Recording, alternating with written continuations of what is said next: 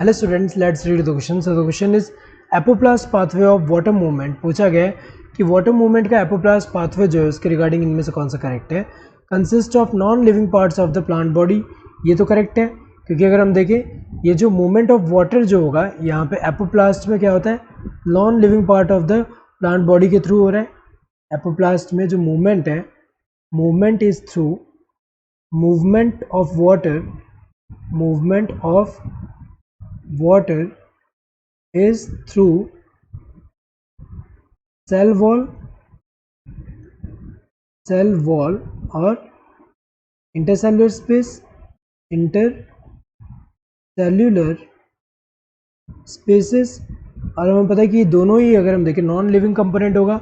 सो यहाँ पे जैसे कि सेल है, यहाँ पे ये जो सेल है यहाँ पे प्लांट सेल है यहाँ पे. सो एडजेसेंट प्लांट सेल में अगर हम देखें यहाँ पे जो एपोप्लास्ट मूवमेंट है किसके थ्रू होगा, यहाँ पे सेल वॉल के थ्रू, इंटरसेलुलर स्पेस के थ्रू. तो यहाँ पे कोई बैरियर नहीं है, और बैरियर नहीं है तो इजीली यहाँ पे ट्रांसपोर्ट हो पा रहा है. कोई रेजिस्टेंस नहीं है जिसकी वजह से इजीली फास्ट ट्रांसपोर्ट हो रहा है यहाँ पे.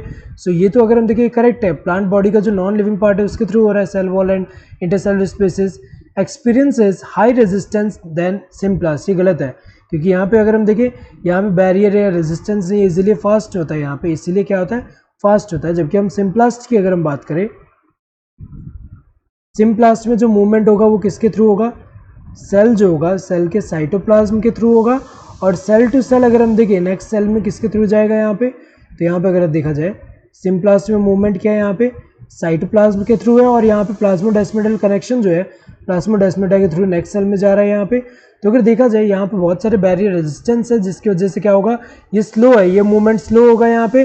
तो ये वाला अगर हम देखें तो इनकरेक्ट है क्योंकि एपोप्लास्ट जो होता है ये सिम्प्लास्ट से अगर हम देखें इसमें ज़्यादा रेजिस्टेंस नहीं है. यहाँ पे सिम्प्लास्ट में ज़्यादा रेजिस्टेंस है, इसमें तो ज़्यादा नहीं है, ये तो गलत है. स्लाइटली स्लोअर देन सिम्प्लास्ट, ये भी गलत है क्योंकि अगर हम देखें रेजिस्टेंस इसमें ज़्यादा है तो इसकी वजह से स्लोअर मूवमेंट होता है वाटर का. यहाँ पे रेजिस्टेंस कम है इसीलिए मूवमेंट यहाँ पे क्या होता है, फास्ट होता है. सो ये स्लोअर देन सिम्प्लास्ट तो नहीं है, गलत है. Is directly affected by the metabolic state of the root. ये अगर हम देखें गलत है क्योंकि अगर हम देखें ये metabolic state of the root से डायरेक्टली अफेक्ट तो नहीं हो रहा है यहाँ पे.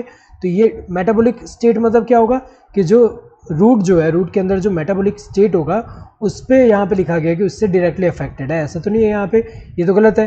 तो correct answer would be this first one. Hope you understood the question. Thank you and all the best.